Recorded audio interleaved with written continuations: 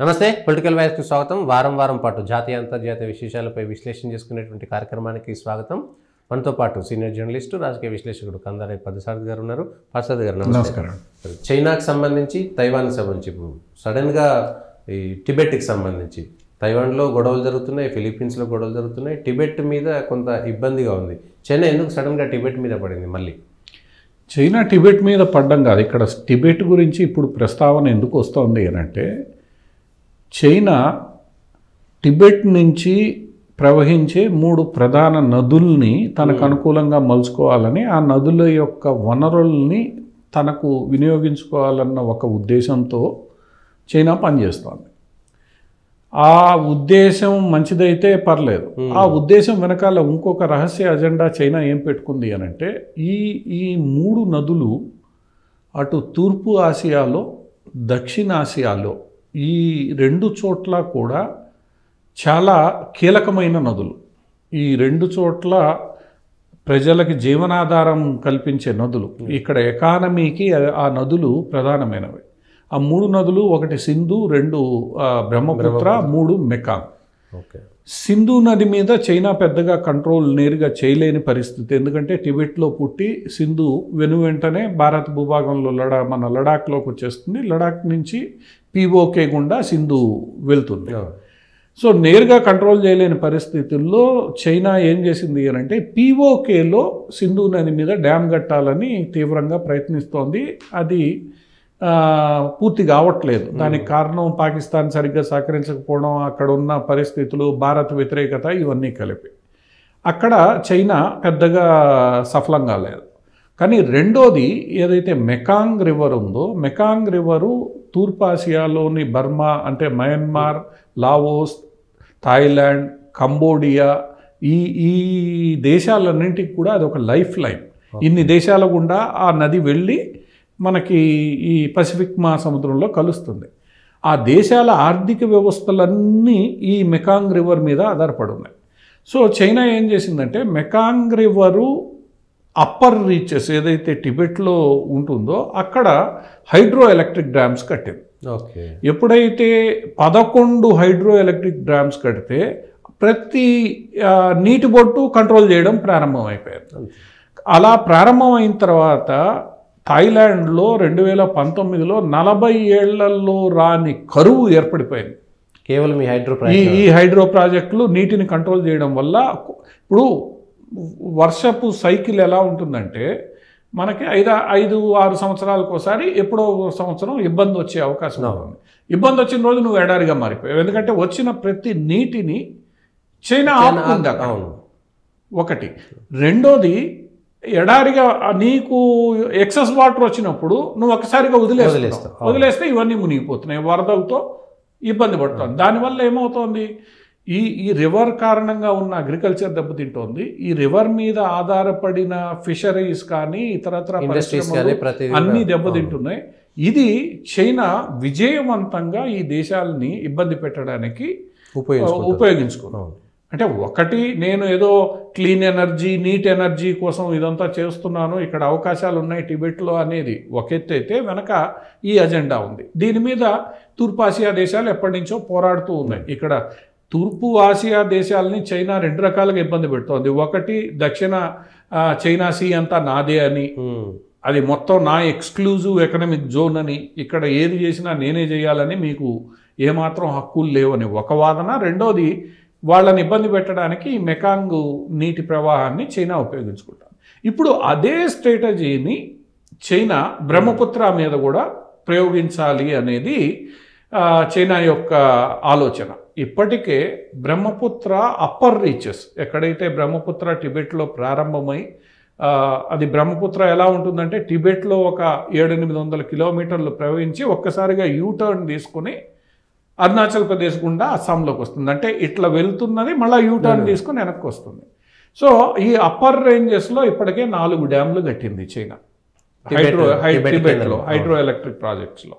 ఆ 4 డ్యామ్ల వల్ల భారతదేశానికి కానీ బంగ్లాదేశ్కి కానీ పెద్దగా ఇబ్బంది రాలేదు. ఎందుకంటే ఎక్కడైతే చైనా డ్యాములు కట్టిందో అక్కడి నీరు భారతదేశానికి రాదు. భారతదేశానికి నీరు వచ్చే ప్రదేశం ఎక్కడ ఉంటుందంటే, మన బోర్డర్ నుంచి 250 కిలోమీటర్ల పరిధి ఏదైతే బ్రహ్మపుత్రాది ఉందో అక్కడ అత్యధిక వర్షపాతం ఉంటుంది. అక్కడి నుంచి వచ్చే నీళ్లు ఈరోజు మనకి భారతదేశానికి కానీ బంగ్లాదేశ్కి కానీ బ్రహ్మపుత్ర ద్వారా వచ్చేవి. అస్సాం వరదలు ఎక్కువ రావడం ఇదంతా కూడా అక్కడ వాన ఎక్కువ ఉంటుంది కాబట్టి.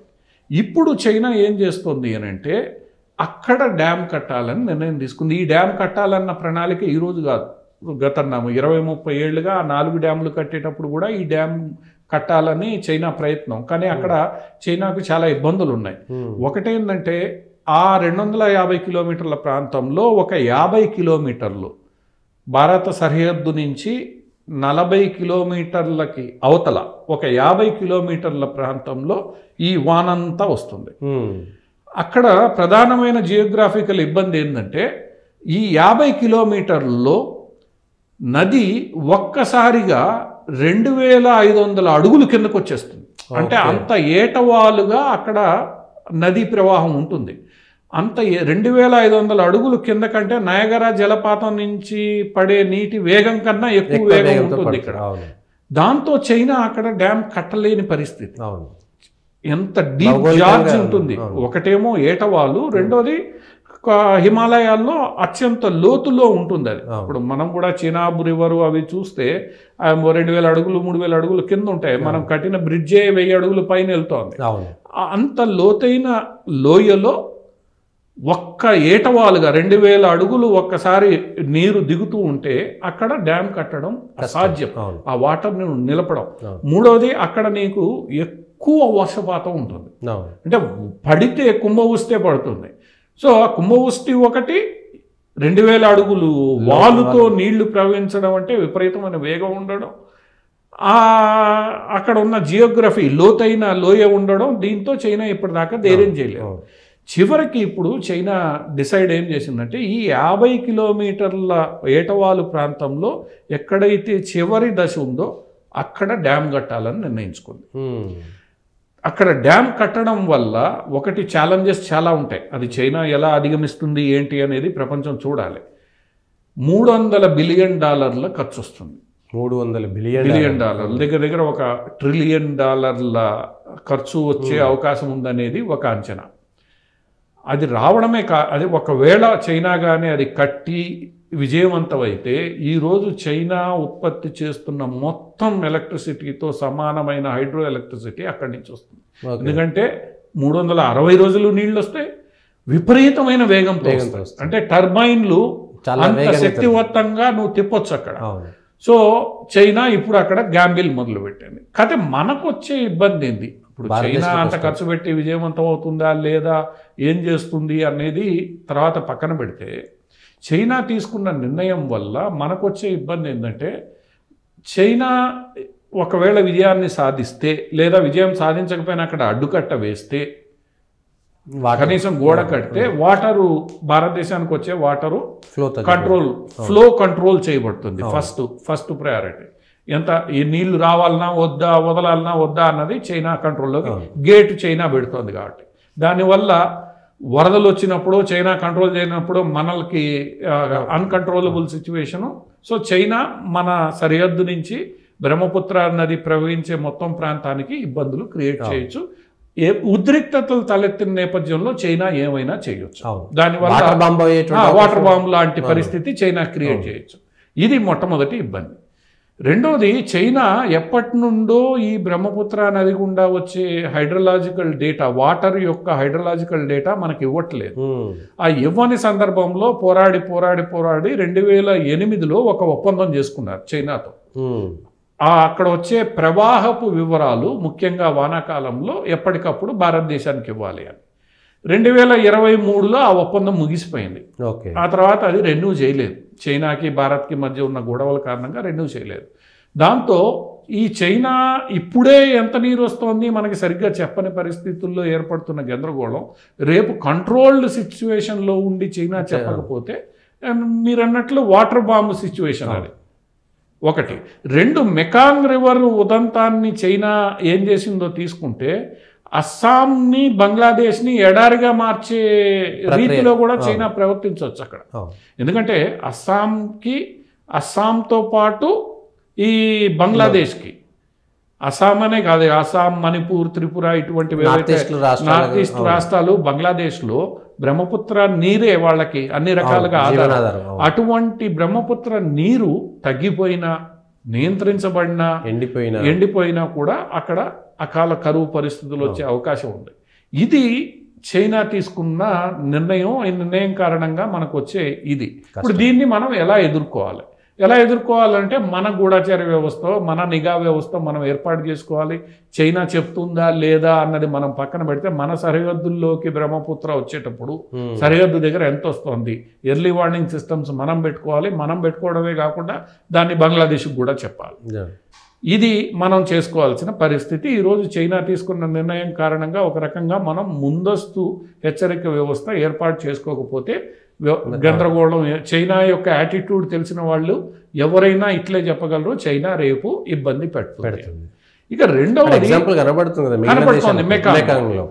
రెండవది, హిమాలయాలు అనేవి ఒక సరికొత్త పర్వతాలు. అవేమో ఎప్పుడో ఏర్పడిన పర్వతాలు కాదు, అవి ఆధునిక పర్వతాలు అనే పేరు. అందుకనే హిమాలయాల జువాలజీ చాలా పెలుసుగా ఉంటుంది.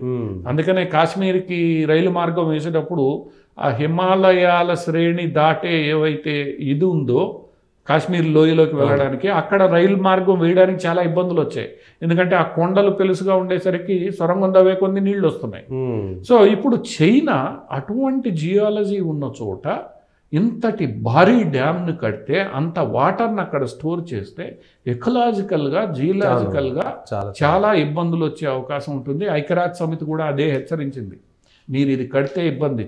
3 జార్జెస్ డ్యామ్ని కట్టినప్పుడే ఇటువంటి జియలాజికల్ ఇబ్బందులు వచ్చాయి అనేది ప్రపంచానికంతా తెలుసు. ఈరోజు చైనా కట్టబోతున్నది 3 జార్జెస్ డ్యామ్ కన్నా ఎక్కువ పెద్దది, పెద్ద ప్రాజెక్ట్. స్టోరేజ్లో కానీ, హైట్లో కానీ, వీటన్నిటిలో. సో ఎకలాజికల్గా కూడా అది పెద్ద ఇబ్బంది క్రియేట్ చేసింది. చైనా ఎప్పుడు ఎవరి మాట వినలేదు, తన ప్రయోజనాలే తను చూసుకుంటూ వచ్చింది. కాబట్టి ఈ రకంగా వచ్చే ఇబ్బందులు భారతదేశం జాగ్రత్తగా ఉండాల్సిన అవసరం ఉంటుంది. చైనా దీన్ని ఎలా తీసుకెళ్తుంది, దానికి తగిన పరిష్కారాలు ఏంటి, మనం ఏం జాగ్రత్తలు తీసుకోవాలి, తీసుకోకపోతే అదేదో డ్యామ్ కట్టుకుంటుంది కదా, నీళ్లు ఆపలేదు కదా, అదే హైడ్రా ఏది మనం అదేదో ఎలక్ట్రిసిటీ ప్రాజెక్టే కదా, వాడు ఎలక్ట్రిసిటీ కావాలంటే నీళ్ళు వదలాల్సిందే కదా, మన నీళ్ళు ఆపరు కదా. ఈ భ్రమలు వదిలిపెట్టి మన జాగ్రత్తలు మనం తీసుకోకపోతే, ఈ చైనా తీసుకున్న నిర్ణయం మెకాంగ్ రివర్ ఉదంతాన్ని కానీ తీసుకుంటే భారతదేశానికి, బంగ్లాదేశ్కి ఈ విషయంలో చైనా నిన్న స్టేట్మెంట్ ఏమని ఇచ్చిందంటే, ఇది భారత్కి బంగ్లాకి వ్యతిరేకం కాదు, మేము ఎప్పటికప్పుడు ఈ డేటా ఇస్తాము, ఇది క్లీన్ ఎనర్జీ ఏదైతే భారతదేశం చెప్తోందో ఆ లైన్లోనే ఉంటుంది, మేము క్లీన్ ఎనర్జీని ప్రోత్సహించాలని చూస్తున్నాము, అందుకే దీన్ని చేపడుతున్నాం. ఇవన్నీ మాటలు చెప్పినప్పటికి కూడా దాని వెనక ఉన్న రహస్య ఉద్దేశాలని, అజెండాని భారతదేశం దృష్టిలో పెట్టుకోవాలి. చైనాని ఎప్పుడు నమ్మలేని పరిస్థితి. ఇప్పుడు అదే చైనాకి సంబంధించి బంగ్లాదేశ్లో ఆర్ఖన్ సైన్యం ఒకటి, ఇటు తాలిబాన్లు, పాకిస్తాన్ల మధ్యన గొడవ. భారతదేశం కావాలని అంటే ఈ బంగ్లాదేశ్, పాకిస్తాన్ కలవకుండా ఇద్దరిని ఎంగేజ్ చేసింది అనేటువంటి ఒక చర్చ జరుగుతుంది. 2 ఏకకాలంలో సాగడం కూడా కొంత ఆ చర్చకు తావిస్తుంది. నిజమంటారు? ఇప్పుడు రెండు డిఫరెంట్ ఇన్సిడెంట్స్. ఇవి రెండు ఇప్పుడు ఏకకాలంలో జరగడం అనేది కో ఇన్సిడెంట్స్. అర్కాన్ ఆర్మీ అనేది 1960లో పెట్టిన సంస్థ. అప్పటి నుంచి అది దాని స్వాతంత్రం కోసం పోరాడుతోంది, అక్కడున్న బుద్ధిస్టుల హక్కుల కోసం పోరాడుతోంది, ఎవరైతే ముస్లిం రోహింగ్యాలు ఉన్నారో వాళ్ళ అరాచకాలకు వ్యతిరేకంగా పోరాడుతోంది. మొట్టమొదట అది చైనా మద్దతుతో కొంత నిలదొక్కున్న, ఆ తర్వాత భారతదేశంతో అర్కాన్ ఆర్మీకి KIA అనబడే ఇంకొక సంస్థకి సన్నిహిత సంబంధాలు ఏర్పడ్డాయి. అవి భారతదేశం యొక్క గైడెన్స్తో పనిచేస్తున్న సంస్థలు. భారత్కి వాటికి సన్నిహిత సంబంధాలు ఉన్నాయి అనేది అటు మయన్మార్ ప్రభుత్వానికి తెలుసు, అందరికీ తెలుసు, చైనా కూడా తెలుసు. సో ఈ మొత్తం వ్యవహారంలో ఈ 2 సంస్థలు ఈరోజు భారతదేశానికి సన్నిహితంగా ఉన్నాయి, భారత్ చెప్తే వినే పరిస్థితులు ఉన్నాయి. ఈరోజు బంగ్లాదేశ్లో ఏర్పడిన ఏదైతే తీవ్రవాదకు దానికి సంబంధించిన అతివాదపు పోకళ్ళు ఏవైతే ఉన్నాయో, ఆ అతివాదపు పోకడలు అనేవి రోహింగ్యాలతో జత అయ్యి, ఇప్పుడు బంగ్లాదేశ్లో జమాతే ఇస్లామీ ఉంది, అది జమాతే ఇస్లామీ కేవలం బంగ్లాదేశ్కి పరిమితం అవుతుందా అంటే ఎవరు నమ్మరు. అది రేపు భారతదేశం మీద గురి పెడుతుంది, ఇటు రోహింగ్యాలను అడ్డం పెట్టుకుని బర్మా మీద గురి పెడుతుంది. కాబట్టి అక్కడున్న ఈ అర్కాన్ ఆర్మీ, మయన్మార్ సైన్యం ఇవన్నీ భారతదేశం ఇవన్నీ లోపాయికారిగా ఈ రోహింగ్యాలు మళ్ళా వచ్చి అక్కడ ఇబ్బందులు క్రియేట్ చేయకుండా ముందు జాగ్రత్త చర్యలు తీసుకొని ఆ బంగ్లాదేశ్ సరిహద్దుని మయన్మార్ ఆర్మీ ఒకసారిగా విత్డ్రా అయ్యి, అది ఫోర్సిబుల్ విత్డ్రా అని వీళ్ళన్నా కూడా ఒక ఆర్మీ పూర్తిగా ఒక 250 కిలోమీటర్ల సరిహద్దుని వదిలేసి వెళ్ళిపోయి వీళ్ళకి ఇచ్చింది అని అంటే అంతా ఒక రకమైన అవగాహనతో జరిగిందనే చెప్పాలి. ఇప్పుడు రోహింగ్యాలని దృష్టిలో పెట్టుకొని బర్మా తన జాగ్రత్తలు తను తీసుకుంది. ఆ జాగ్రత్తలు ఏ సంస్థలకైతే తీసుకోమని అప్పచెప్పిందో ఆ సంస్థలకి రోహింగ్యాలకు పడదు, ఆ సంస్థలకి భారతదేశానికి సన్నిహిత సంబంధాలు. ఈ సన్నిహిత సంబంధాలు ఇప్పుడు ఏర్పడినవి కాదు, 1970లో ఏర్పడినవి. ఇక్కడ జమాతే ఇస్లామీ కానీ వీళ్ళందరూ అనుకునింది ఏంటంటే, మనం ఇక్కడి నుంచి మరో తీవ్రవాద జిహాదీ ఈ మూకల్ని తయారు చేసి అటు బర్మాలోనూ మనం ఇది చేస్తాము, ఇటు భారతదేశంలోనూ ఇది చేస్తాం అనుకునేసరికి భారత్ బర్మాలు అక్కడ ఉన్న ఈ అర్కాన్ ఆర్మీలు కలిసి ఒక్కసారిగా అక్కడ సరిహద్దుల్లో వచ్చి కూర్చున్నాయి. వాళ్ళకి ప్రధాన శత్రువు ఎవరు? రోహింగ్యా. ఇప్పుడు వాళ్ళు రోహింగ్యాలు అంతకుముందు ఏంది, ఈ బర్మా భారతదేశం అదే మయన్మార్ బంగ్లాదేశ్ మధ్యలో సరిహద్దు ఏదైతే ఉందో చిట్టగాంగ్ కాక్స్ బజార్ ప్రాంతంలో అది ఒక నది ఈ రెండింటినీ విడదీస్తుంది. ఆ నదికి అటు ఇటు ఈ రోహింగ్యాలు వెళ్తూ వస్తూ ఉండేవాళ్ళు. ఇప్పుడు ఒక్కసారిగా అక్కడ బలోపేతం చేసేసరికి రోహింగ్యాలకి పూర్తిగా మయన్మార్తో సంబంధాలు. ఎవరైతే రోహింగ్యాలు బంగ్లాదేశ్ నుంచి ఆపరేట్ చేస్తున్నారో కాక్స్ బజార్ అనే ప్రాంతంలో రోహింగ్యాలకు సంబంధించిన 7 తీవ్రవాద సంస్థలు ఉన్నాయి, పెద్ద పెద్దవి. రోహింగ్యన్ ఆర్మీ, రోహింగ్యన్ సాల్వేషన్ ఆర్మీ, ఇట్లా రకరకాల పేర్లతో ఈ 7 ఈరోజు ఆపరేట్ చేయలేని పరిస్థితి. రెండవది, అవతల వైపు ఎవరైతే సరిహద్దుల్లో అర్కాన్ ఆర్మీ కూర్చుందో వాళ్ళు ఈరోజు ఈ ఒకటి రాకపోకల్ని అడ్డం కొట్టేశారు. రెండోది, ఎవరైతే కీలకమైన రోహింగ్యా నేతలు ఉన్నారో వాళ్ళని ఏరివేసే ప్రయత్నాలు మొదలుపెట్టారు. ఎందుకంటే అర్కాన్ ఆర్మీ ఫైట్ చేస్తున్నది రోహింగ్యా తీవ్రవాదులతో. ఆ గందరగోళంలో ఈరోజు లక్షలాది మంది రోహింగ్యాలు ఒక్కసారిగా, ఎందుకంటే భారత్ మద్దతు ఉంది, మయన్మార్ ఆర్మీ మద్దతు కూడా ఉందనేది ఇక్కడ అర్థమయ్యే విషయం. ఇంత గట్టిగా నిలబడేసరికి రోహింగ్యాల్లో గందరగోళం. ఇక్కడ ఉంటే మనం బతుకుతామా లేదా, చనిపోతామా ఉంటామా, ఈ వదంతులు ఇవన్నీ పుట్టడం కారణంగా ఆ రోహింగ్యాలు బంగ్లాదేశ్లోకి, అంటే చిట్టగాంగ్ ప్రాంతం నుంచి బంగ్లాదేశ్ మెయిన్ బంగ్లాదేశ్లోకి చొచ్చుకొచ్చే ప్రయత్నం చేస్తున్నారు. అది ఒక రకంగా బంగ్లాదేశ్ రాజకీయ నేతలకి, బంగ్లాదేశ్ ఆర్మీకి ఇష్టం లేదు. ఎందుకంటే రోహింగ్యాలని కంట్రోల్ చేయడం అనేది చాలా ఇబ్బందికరమైన పరిణామం. అది బంగ్లాదేశ్ ఆర్మీకి కూడా తెలుసు. అట్లాంటి ముస్లిం కంట్రీ కూడా భయపడుతోంది. బంగ్లాదేశ్ ఆర్మీ మహమ్మద్ యూనస్కి, అంటే ఇంటెలిజెన్స్ నెట్వర్క్స్ నుంచి మనకి తెలుస్తున్న దీని ప్రకారం బంగ్లాదేశ్ ఆర్మీ చాలా స్పష్టంగా మహమ్మద్ యూనస్కు విషయాన్ని తెలియజేసింది. వీళ్ళు ఇటు వస్తే నువ్వు చాలా ఇబ్బందుల్లో పడతావు, వీళ్ళని రానియొద్దు, అందుకు నువ్వు గట్టిగా కట్టుబడి ఉండాలని స్పష్టం చేశారు. స్పష్టం చేసి ఏదైతే బంగ్లాదేశ్ చికెన్ నెక్ అని భావిస్తారో 6 కిలోమీటర్ల ప్రాంతం త్రిపుర సరిహద్దుకి, అక్కడ బంగ్లాదేశ్ ఆర్మీ గట్టి నిఘా ఏర్పాటు చేసింది. రోహింగ్యాలు లోపలికి, బంగ్లాదేశ్ లోపలికి రాకుండా. ఇక్కడేమో రోహింగ్యాలు నది దాటకుండా అర్కాన్ ఆర్మీ నిలబడింది, ఇటు బంగ్లాదేశ్లోకి రాకుండా బంగ్లాదేశ్ ఆర్మీ నిలబడింది.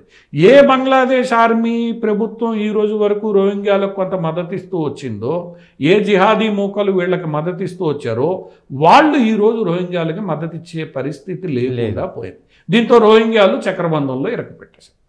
ఇది యాక్చువల్గా మహమ్మద్ యూనస్ నేతృత్వంలో ఉన్న సోకాల్డ్ పొలిటికల్ సిస్టమ్ ఏదైతే ఉందో అది ఊహించలేకపోయింది.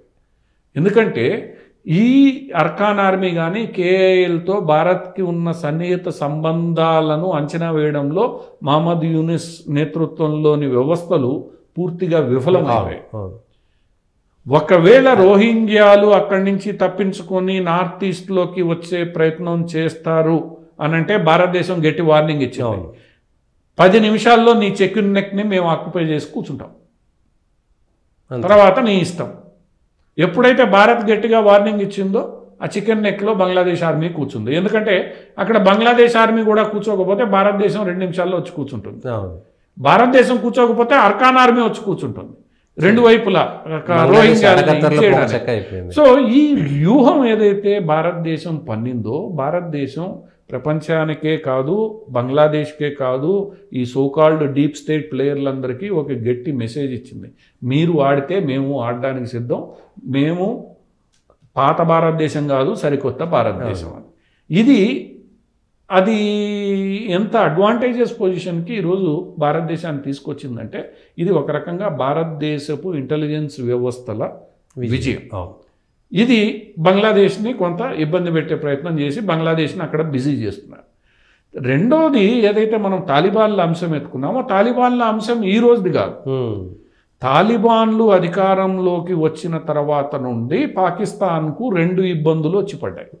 ఒకటి, అక్కడ తాలిబాన్లు అధికారాన్ని చేజెక్కించుకోవడం వల్ల పాకిస్తాన్లో ఉన్న తెహ్రీకే ఏదైతే తాలిబాన్ ఆ తాలిబాన్కు కూడా ధైర్యం వచ్చింది. అరే అక్కడ మన సోదరులు అధికారాన్ని చేజెక్కించుకున్నారు, నేను ఇక్కడ ఎందుకు చేజెక్కించుకోకూడదు అని చెప్పి వాళ్ళు గట్టిగా పాకిస్తాన్కి వ్యతిరేకంగా ఫైట్ చేయడం, తెహ్రీకే తాలిబాన్ ఏదైతే ఉందో అది గట్టిగా ఫైట్ చేయడం మొదలుపెట్టారు. ముఖ్యంగా పస్తూన్ డామినేటెడ్ ఏరియాస్ ఏవైతే ఉన్నాయో, ఆఫ్ఘనిస్తాన్కి సరిహద్దులు కానుకొని పాకిస్తాన్ ఆఫ్ఘనిస్తాన్ సరిహద్దుల్లో అక్కడ ఈ తాలిబాన్లు యాక్టివ్గా పనిచేయడం మొదలుపెట్టారు.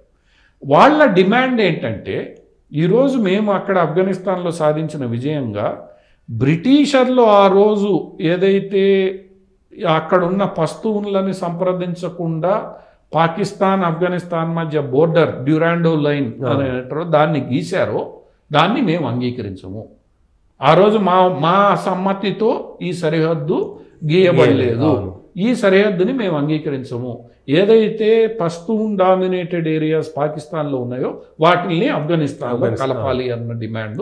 అది జరిగితే నేరుగా ఆఫ్ఘనిస్తాన్కు భారత్కి బోర్డర్ వస్తుంది అన్న డిమాండ్ వాళ్ళు గట్టిగా పెట్టడం మొదలుపెట్టారు. దాన్ని పాకిస్తాన్ సైన్యం అణిచివేసే ప్రయత్నం చేయాల్సి చేస్తోంది. ఇదే సందర్భంలో భారతదేశానికి వ్యతిరేకంగా మేమేదో చేయాలని పాకిస్తాన్ చూస్తూ, ఆఫ్ఘనిస్తాన్ ల్యాండ్ లాక్డ్ కంట్రీ, దానికి ఏది కావాలన్నా పాకిస్తాన్ ద్వారానే వెళ్ళాలి అన్న ఒక చిన్న అహంకారంతో పాకిస్తాన్ ఏం చేసిందంటే, నీకు కావాల్సిన గోధుమలు కానీ పెట్రోల్ కానీ అన్నీ మా దేశం నుండి, కానీ దానికి నువ్వు డబ్బులు చెల్లించాలి పాకిస్తాన్ డిమాండ్ చేసింది. పాకిస్తాన్ ఏ స్థాయిలో డిమాండ్ చేసిందంటే దాన్ని చెల్లించలేని పరిస్థితుల్లో ఆఫ్ఘనిస్తాన్ చిన్న రూపాయి కూడా చెల్లించలేని పరిస్థితుల్లో. సో తాలిబాన్లు పాకిస్తాన్ ఏదో సహాయం చేస్తోంది, భారత్ నుంచి వచ్చే సరుకులు మేము ఇక్కడి నుంచి తెచ్చుకోగలుగుతామన్న కొంత సంతోషం ఏదైతే వాళ్ళకి నమ్మకం ఉండిందో, ఈ పాకిస్తాన్ వైఖరితో ఆ నమ్మకం పోయింది.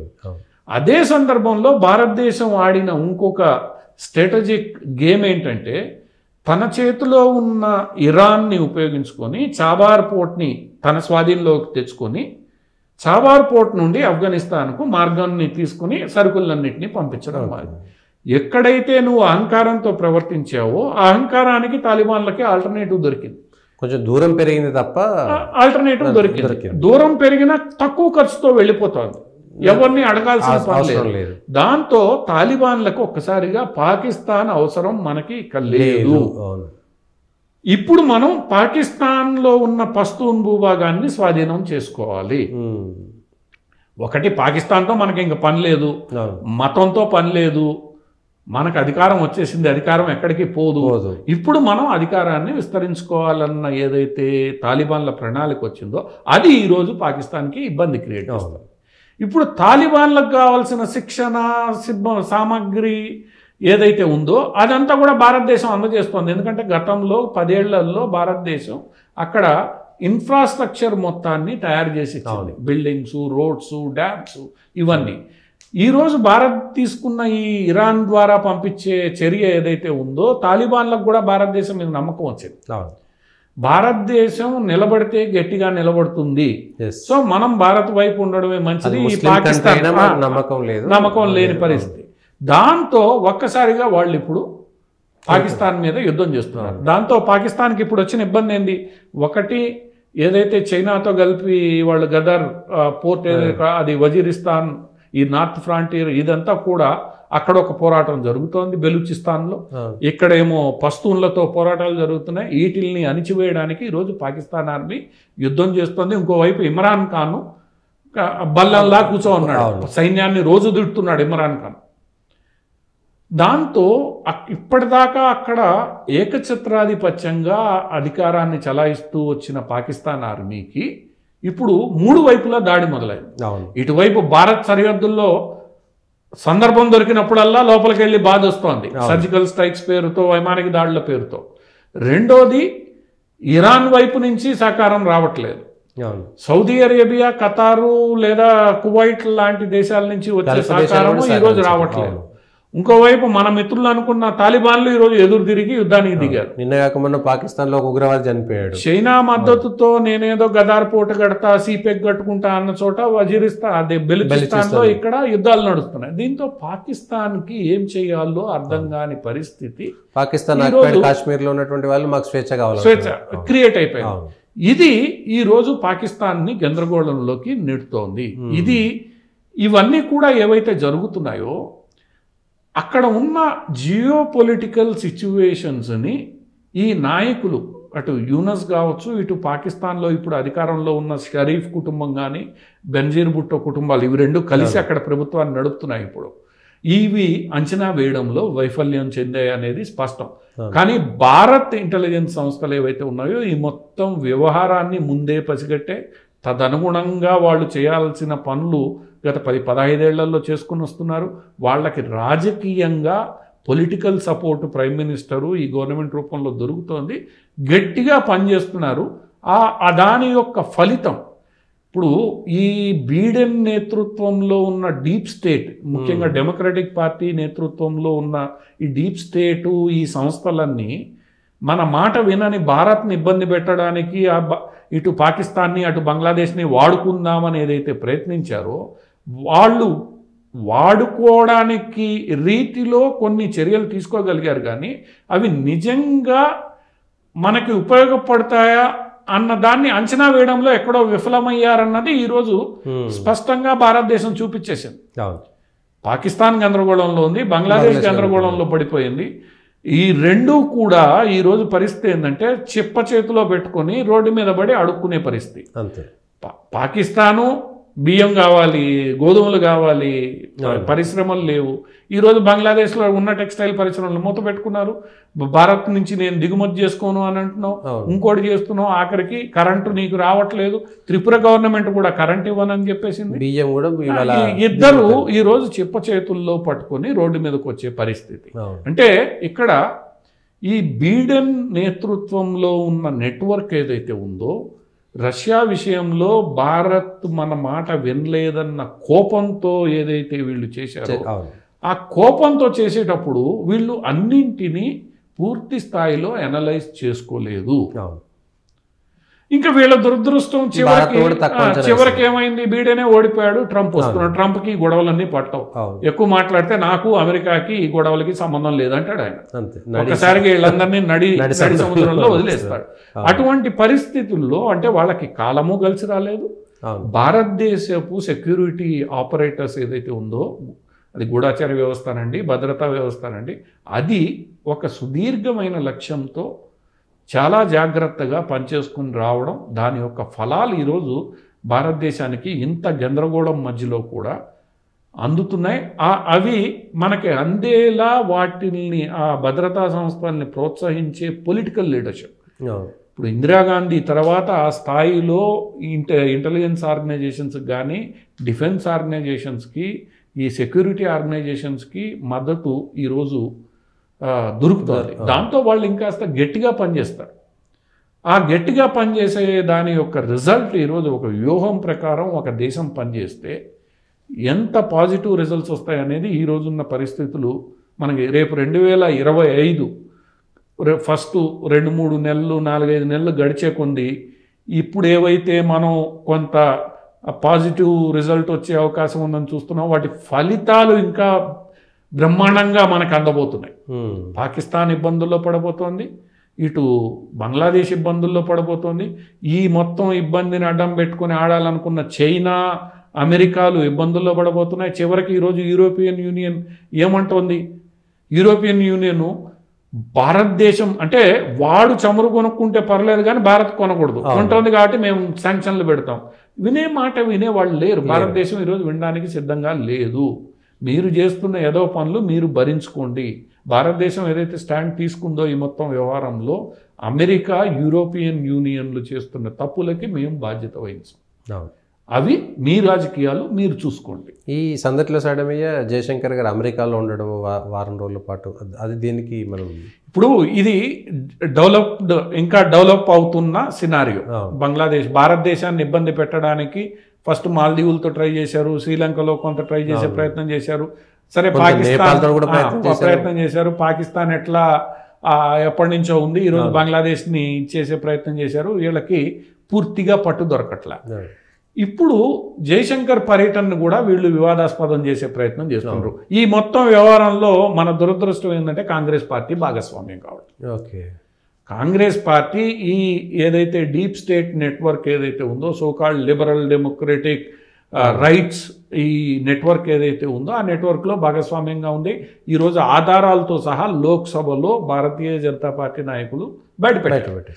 ఏ సంస్థలు అయితే పాకిస్తాన్ భారతదేశం నుంచి కాశ్మీర్ వెళ్ళిపోవాలనుకుంటున్నారో, భారతదేశంలో ఇబ్బందులు ఉండాలనుకుంటున్నారో ఆ సంస్థలకి సహా ఉపాధ్యక్షురాలు సోనియా గాంధీ. అంటే నీకు తెలిసి జరుగుతోందో నీకు తెలియక జరుగుతోందో అవన్నీ తర్వాత విషయాలు మనం మాట్లాడు. నువ్వు ఉపాధ్యక్షురాలుగా ఉన్నావు, ఆ సంస్థకి నువ్వు బాధ్యత వహించాల్సి అంతే. ఆ సంస్థ భారత్ వ్యతిరేక చర్యలు తీసుకుంటోంది, నీకు మద్దతు ఇస్తున్నావా లేదా? ఒకవేళ నువ్వు మద్దతు ఇవ్వకపోతే దాన్నన్నా సరి చేయిస్తుండాలి, నువ్వన్నా బయటికి రావాలి. సో ఈ దురదృష్టం ఏంటంటే భారతదేశంలో ఉన్న ఈ కాంగ్రెస్ పార్టీ ఒక ఇందిరాగాంధీ హయాంని పక్కన పెడితే మిగతా రోజుల్లో ఈ సోకాల్డ్ లిబరల్ ఈ డెమోక్రటిక్ ఈ నెట్వర్క్ ఏదైతే డీప్ స్టేట్ నెట్వర్క్లో భాగస్వామ్యంగా ఉంది. ఈ డీప్ స్టేట్ నెట్వర్క్ ఆడుతున్న ఈ డ్రామా అంతా ఒక రకంగా ఈరోజు భారతదేశాన్ని ఏదో చేయాలని చూసి ఏమీ చేయలేని పరిస్థితి. రైతాంగ ఉద్యమం కావచ్చు, సిఏఏ కావచ్చు, రకరకాలుగా వీళ్ళందరూ కలిసి ఏదో చేయాలని చూస్తున్నారు. ఇప్పుడు అమెరికాలో ట్రంప్ గెలుపొందాడు. ఈ సోకాల్డ్ నెట్వర్క్స్ అన్నీ కూడా ట్రంప్ను ఓడించాలని విశ్వ ప్రయత్నం చేసే కాని పరిస్థితుల్లో ఈరోజు రకరకాల అంశాలని వీళ్ళు భారత్ అమెరికా సంబంధాల మధ్య ఇబ్బంది కలగజేయడానికి సృష్టిస్తున్నారు. మొట్టమొదటి అంశం ఇమిగ్రేషన్. ఇమిగ్రేషన్ విషయంలో ట్రంప్ స్పష్టంగా ఉన్నాడు. ఒక రకంగా భారతదేశానికి మేలు కలిగజేసే ఒక నిర్ణయం కూడా తీసుకున్నాడు. ఇక్కడ ఎవడైతే అధికారికంగా చదువుకొని డిగ్రీ పట్టా విజయవంతంగా పుట్టుకొని వస్తాడో వాడి గ్రీన్ కార్డు ఇచ్చేస్తాను. అది ఒక రకంగా చాలామంది అక్కడే భారతీయ విద్యార్థులకి ఇబ్బంది లేని పని. ఏదో పెట్రోల్ బంకుల్లో వీటిల్లో పనిచేయాల్సిన పని లేదు. డిగ్రీ చేతిలో పట్టుకుంటే ఆ 2 ఏళ్ళు కష్టపడితే డిగ్రీ చేతికి వస్తే నువ్వు అమెరికా పౌరుడు అయ్యేదానికి అవకాశం ఉంటుంది. సో ఇలాంటి పరిస్థితుల్లో ఈరోజు అమెరికాలో ఒక చర్చ ప్రధానంగా ఏం పెట్టారంటే ఈ ట్రంప్ వీళ్ళందరికీ అనుకూల విధానాల్ని అంటే భారతదేశానికి అనుకూల విధానాలని ఇమిగ్రేషన్లో తీసుకుంటున్నాడు, వీళ్ళందరినీ ప్రోత్సహిస్తున్నాడు, ఇది మంచిది కాదని వితిన్ ద రిపబ్లికన్ పార్టీనే కొట్టుకుంటున్నారన్న వార్తల్ని ఈరోజు అమెరికాలో పలు మీడియా సంస్థలు సోషల్ మీడియాలో వ్యాపింపచేయడం మొదలుపెట్టారు. ఇంకా రకరకాలుగా మహిళా హక్కులు, LGBTQ హక్కులు వీటన్నిటి గురించి ఉన్నట్టుండి వాళ్ళు మాట్లాడడం మొదలుపెట్టారు. ఇవన్నీ కూడా భారతదేశానికి ట్రంప్ అడ్మినిస్ట్రేషన్కి మధ్య ఇబ్బంది కలిగించడానికి చేస్తున్న ప్రయత్నాల్లో కొన్ని. అంటే అమెరికా లోకల్ రాజకీయాలు కొంత అయితే ఇటువంటి ఇష్యూస్ రావడం వల్ల మన దేశానికి ట్రంప్ అడ్మినిస్ట్రేషన్కి ఇబ్బంది వచ్చే అవకాశం. టారిఫ్ల విషయంలో కూడా మిస్అండర్స్టాండింగ్ క్రియేట్ చేసే పరిస్థితి చేస్తున్నారు. ఇటువంటి వాటన్నిటినీ భారత్ అమెరికాల మధ్య సంబంధాల మధ్యలో రానికుండా చూసుకోవాల్సిన బాధ్యత అటు అమెరికా మీద ఉంటుంటే ఇటు భారతదేశం మీద కూడా ఈక్వల్గా ఉంటుంది.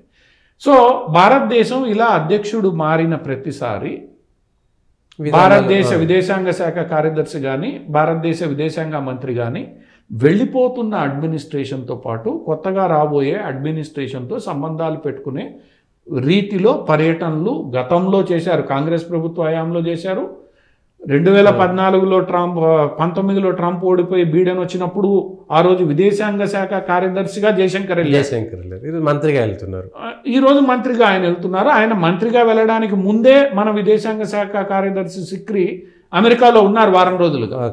సో ఈ ట్రాన్సిషన్ని స్టడీ చేసి ఈ మొత్తం వ్యవహారాన్ని ఇబ్బంది లేకుండా చూసుకోవడం అన్నది ఇక్కడ ప్రధానమైన అజెండాకు అనుకూలంగా ఇది సాధారణంగా దౌత్యపరమైన ప్రక్రియలో జరిగేది.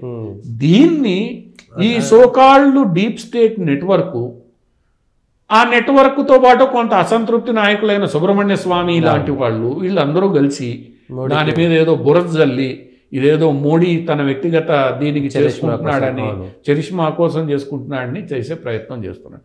ఈరోజు ఆయన పర్యటన వారం రోజుల పాటు ఉంది. దాని అజెండా ఏంటి? 3 ప్రధానమైన అంశాలు వాళ్ళు అజెండాగా పెట్టుకున్నారు. ఒకటి, బీడెన్ మనకి కొన్ని ఒప్పందాలు చేశాడు. ముఖ్యంగా టెక్నాలజీ ట్రాన్స్ఫర్కి సంబంధించిన ఒప్పందం చేశాడు. జెట్ ఇంజన్ మనకు రావాలి, ఇతరత్ర కొన్ని టెక్నాలజీస్ రావాలి, అవి ఇంతవరకు పూర్తిగా రాలేదు. సో ఈ ఒప్పందాలకు సంబంధించి నువ్వు గట్టి నిర్ణయాలు తీసుకుని కొత్త ప్రభుత్వం ముందు ఉంచి వెళ్ళు అనేది ఒకటి. నువ్వేవైతే మాకు హామీ ఇచ్చావో నువ్వు ఇంతవరకు ఏది పూర్తి చేయలేకపోయావు, పూర్తి చేసాయి. ఇప్పుడు నీకున్న ఈ 4 రోజుల్లో 10 రోజుల్లో నువ్వు ఎంతవరకు చేయగలుగుతావో చెయ్యి. ఇలాంటి పలు విషయాల మీద ప్రస్తుత అడ్మినిస్ట్రేషన్ని నువ్వు పనులు పూర్తి చేయి అని చెప్పడం. రెండోది, ప్రస్తుత అడ్మినిస్ట్రేషన్ ద్వారా వాళ్ళ అభిప్రాయాలని కొత్త అడ్మినిస్ట్రేషన్కి మీరు జాగ్రత్తగా చెప్పండి అని సలహా ఇవ్వడం. ఇది ప్రస్తుత అడ్మినిస్ట్రేషన్తో విదేశాంగ శాఖ మంత్రి కలుస్తున్నాడు.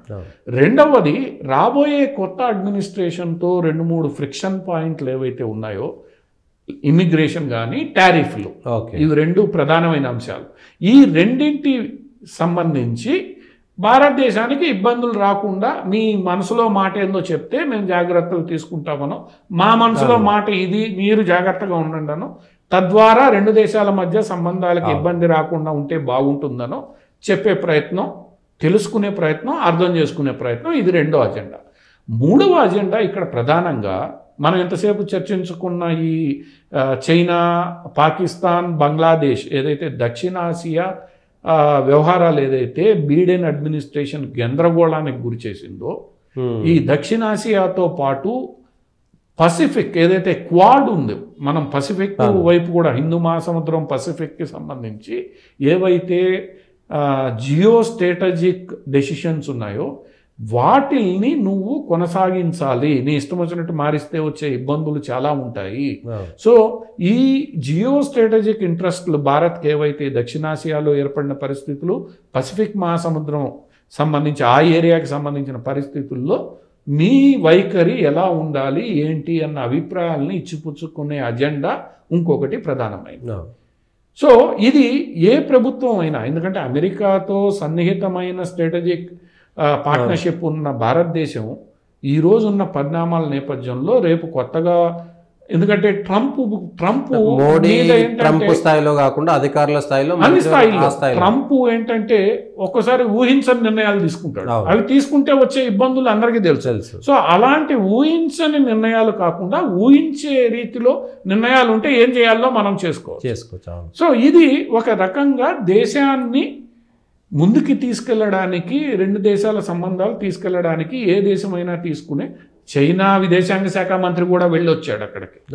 సో దీన్ని ఏదో వీళ్ళు రాజకీయం చేయడం, ట్రంప్కి సాగిలపడిపోతున్నాడు అనుకోవడం, ట్రంప్ నాకు మంచి దోస్త్ అని మోడీ చెప్పుకోవాలని చూస్తున్నాడు అనుకోవడం, ఇదంతా కూడా ఒక రకంగా ఈ డీప్ స్టేట్ కుట్రలో ఇక్కడున్న రాజకీయ నాయకులు ఎలా భాగస్వామ్యం గతంలో అయ్యారో ఇప్పుడు అవుతున్నారనే మనకు అనిపిస్తుంది. ఇప్పుడు ఇదంతా ఒక ఎత్తు అయితే, ఇప్పుడు ట్రంప్ ఎన్నికైన తర్వాత భారతదేశానికి సంబంధించి వచ్చినప్పుడు క్వాడ్ సమావేశం భారతదేశంలో జరగాల్సింది అమెరికాలో జరిగింది లాస్ట్ ఇయర్. ఈ ఇయర్ ట్రంప్తో జరగాలి. సో ట్రంప్ త్వరలోనే భారతదేశానికి రావాలి క్వాడ్ సమావేశం. సో దీనికి సంబంధించిన చర్చ కూడా ఈరోజు విదేశాంగ శాఖ మంత్రి చేసే ప్రయత్నం చేశారు. ఇవన్నీ ఒక ఎత్తు అయితే, ఈరోజు ఈయన అజెండాలో, మన జయశంకర్ అజెండాలో ఇంకొక ప్రధాన కార్యక్రమం ఏంటంటే, జయశంకరు అమెరికాలో ఉన్న భారతీయ రాయబార కార్యాలయ సిబ్బందితో పాటు అమెరికాలో ఉన్న కాన్సుల్ జనరల్లో పనిచేసే కీలక సిబ్బందితో ఒక రోజంతా సమావేశం అవుతున్నారు. ఓకే, అది కూడా ఆయన అజెండాలో ఉంది. ఆ సమావేశం యొక్క ఉద్దేశం ఏంటి? గ్రౌండ్లో ఏం జరుగుతోంది, ఎందుకంటే ఈ సిబ్బంది అక్కడ చాలా కాలంగా ఉన్నారు, వాళ్ళు దాంట్లో అన్ని రకాల సిబ్బంది ఉంటారు, దౌత్యవేత్తలు, ఇంటెలిజెన్స్, ఇంకోటి మిలిటరీ అందరూ ఉంటారు. సో వాళ్ళు అసలు ఏంటి గ్రౌండ్ సిచ్యువేషన్ అనేది అడిగి వాళ్ళ ద్వారా తెలుసుకోవడం. రెండవది, ట్రంప్ రేపు అధ్యక్షుడిగా వచ్చినప్పుడు మీరందరూ ఏం చెయ్యాలి అన్న దిశానిర్దేశం చేయడం. అంటే ఒక రకంగా భారతదేశం కొత్త అడ్మినిస్ట్రేషన్ వస్తుంది కాబట్టి దానికి అనుగుణంగా నాలుగేళ్లు ఎలా కలిసి పనిచేయాలి, తన సిబ్బందిని తన దౌత్యవేత్తల్ని తయారు చేసుకోవడం, అవతల వాడి మనసులో ఏముందో తెలుసుకోవడం, ఉన్నవాడితో బాబు నువ్వు పూర్తి చేయని పనులు పూర్తి చేయమని చెప్పడం, ఇది సహజంగా జరిగే వ్యవహారం. దీన్ని కూడా రాజకీయం చేసి గందరగోళం చేయడం అనేది కాంగ్రెస్ నీచ వైఖరి. కాంగ్రెస్ ఈరోజు నీచ వైఖరి ఎలా ఉంది అంటే, చనిపోయిన మన్మోహన్ సింగ్ ఆయన అంత్యక్రియలే జరగని నేపథ్యంలోనే వివాదాన్ని సృష్టిస్తున్నారు. ఇప్పుడు పివి నరసింహారావుకు మన్మోహన్ సింగ్ పోలిక పెడుతున్నారు జనాలు, ఖచ్చితంగా పెడతారు. ఈరోజు ప్రతి మీడియాలో కూడా ఈ వ్యవహారం చర్చలోకి వచ్చినప్పుడు, అంటే కాంగ్రెస్ యొక్క మనస్తత్వం ఎలా తయారైపోయిందంటే, ఏ పరిస్థితి అయినా కానీ మనం రాజకీయం చేయాలి, అంతే. అది చావైనా ఇంకోటైనా ఏదైనా మనం రాజకీయాలు చేయాలి. ఇప్పుడు నువ్వు ఈరోజు మన్మోహన్ సింగ్కి స్మారకం కావాలని అడిగితే మన్మోహన్ సింగ్ ప్రభుత్వమే పివి నరసింహారావు గొడవ అయిన తర్వాత ప్రతి ప్రధానికి విడివిడిగా స్మారకాలంటే ఇబ్బంది కాబట్టి రాజ్ఘాట్లోనే అందరికీ కలిపి సామూహికంగా ఒక చోట ఒక్కొక్కళ్ళకి ఒక్కొక్క స్మారకాన్ని ఏర్పాటు చేయాలని మన్మోహన్ సింగ్ ప్రభుత్వమే నిర్ణయం తీసుకున్నాం.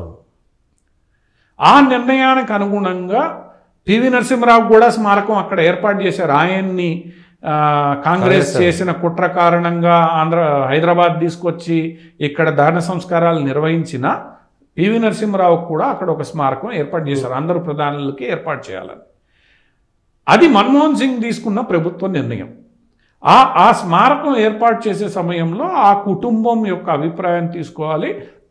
ఒకవేళ వాళ్ళు అక్కడ కాకుండా ఇంకెక్కడైనా అడిగినా కూడా ఆ దిశగా ప్రభుత్వం చర్యలు తీసుకోవాలి. దానికి గైడ్ లైన్స్ అవన్నీ ఫార్ములేట్ చేసింది మన్మోహన్ సింగ్ ప్రభుత్వం. ఆ గైడ్ లైన్స్ ప్రకారమే ఈరోజు కొత్త ప్రభుత్వం ముందుకెళ్తోంది. ఎందుకంటే ఆ రోజు వాళ్లే క్లియర్గా గైడ్ లైన్స్ చేశారు. ఈరోజు మీరు వాళ్ళ ప్రభుత్వం వాళ్ళ ప్రధానమంత్రి చేసిన గైడ్ లైన్స్నే ఈరోజు మీరు ప్రశ్నిస్తున్నారు. మీరు గతంలో పివి నరసింహారావు, ప్రణబ్ ముఖర్జీ లాంటి వాళ్ళ విషయంలో ఏం చేశారు, ఎంత అవమానించారు. కనీసం పార్టీ అన్నేళ్లు వాళ్ళు పార్టీని నమ్ముకొని పార్టీకి లాయల్గా ఉండి వాళ్ళు ఏ రోజు పార్టీ మారలేదు, చనిపోయేంత వరకు పార్టీలో ఉండి ఆ పొజిషన్లకి వెళ్ళిన వాళ్ళని మీరు కనీసం సంతాప తీర్మానం పెట్టలేదు, సరి కదా, గేట్ లోపలికి కూడా రానిలేదు. ప్రణబ్ ముఖర్జీ కుమార్తె ఆమె సరిగ్గానే అడిగింది. ఈరోజు మీరు సిడబ్ల్యూసి సంతాప తీర్మానం పెట్టారు, స్మారకం కావాలని అడుగుతున్నారు. ఆ రోజు ప్రణబ్ ముఖర్జీ విషయంలో ఏం చేశారు? అదే ఆర్ వెంకట్రామన్ చనిపోయినప్పుడు సిడబ్ల్యూసి సంతాప తీర్మానం పెట్టారు. నా తండ్రి కూడా రాష్ట్రపతిగా చనిపోతే మీరు ఎందుకు తీర్మానం చేయలేదు?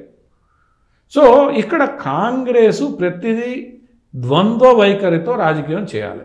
ఎవరైతే గాంధీ కుటుంబానికి సెల్యూట్ కొడతారో వాళ్ళు మా వాళ్ళు, ఎవరైతే గాంధీ కుటుంబాన్ని కొద్దిగా అయినా ప్రశ్నిస్తారో వాళ్ళందరూ మా వాళ్ళు కాదు. ఇక్కడ కేవలం గాంధీ కుటుంబం విధేయులే ఉండాలి, వాళ్ళు చెప్పిందే చెల్లాలి. ఇది స్పష్టంగా తెలిసిపోతుంది. ఈరోజు మీరు భారతదేశ ప్రజల ముందు మీ యొక్క ప్రయోజనం ఏంటి అనేది స్పష్టంగా మీరే మీ డొల్లతనాన్ని బయటపెట్టుకోండి. ఇప్పుడు ఆ వ్యక్తి కుటుంబం అడగలేదు, ఆ వ్యక్తి తరపున కాంగ్రెస్ పార్టీ, చనిపోయిన ప్రధానమంత్రి తరపున కాంగ్రెస్ పార్టీ విషయాన్ని రైజ్ చేసింది, క్యాబినెట్ అప్రూవ్ చేసింది, స్మారకం మేము నిర్మాణం చేస్తాము, దానికి కావాల్సిన ప్రక్రియ అంతా పూర్తి చేస్తాం, ఎక్కడ కావాలి అని అంటే తగిన స్థలాన్ని అలాట్ చేస్తాం ప్రకటించింది. ప్రకటించిన తర్వాత ఎక్కడ అంత్యక్రియలు అప్పటిదాకా, ఎందుకంటే స్మారకం ఎంపిక జరగాలి, ఇది కుటుంబం ఇచ్చేయాలి, దానికి ఒక ప్రాసెస్ పూర్తి కావాలి, ఇవన్నీ జరగడానికి సమయం పడుతుంది. కాబట్టి అంతసేపు దాన సంస్కారాలు ఆపాల్సిన పని లేదు, అది పూర్తి చేయండి, అది గతంలో మీరు తీసుకున్న నిర్ణయమే అంటే దాన్ని కూడా ఈరోజు రాజకీయం చేసే ప్రయత్నం. మొట్టమొదటి సిక్కు ప్రధానికి అవమానించారు అని. మీరు సిక్కు మతాన్ని మీ స్వార్థ రాజకీయ ప్రయోజనాలకు వాడుకొని ఈరోజు మళ్ళీ అదే సిక్కు మతాన్ని ముందుకు తీసుకొచ్చి పెడుతున్నారు. అంటే ఇక్కడ కేవలం రాజకీయ ప్రయోజనాలు తప్ప దేశ ప్రయోజనాలు, ఇతరత్ర గౌరవం, ఆ చనిపోయిన వ్యక్తికి ఇవ్వాల్సిన గౌరవాన్ని కూడా మీరు మంట కలిపే ప్రయత్నం చేయడం అంటే ఇది కాంగ్రెస్ పార్టీ వ్యవహార శైలి అందరికీ తెలుసు. కొత్తగా తిట్టాల్సిన పని లేదు కాంగ్రెస్ పార్టీ.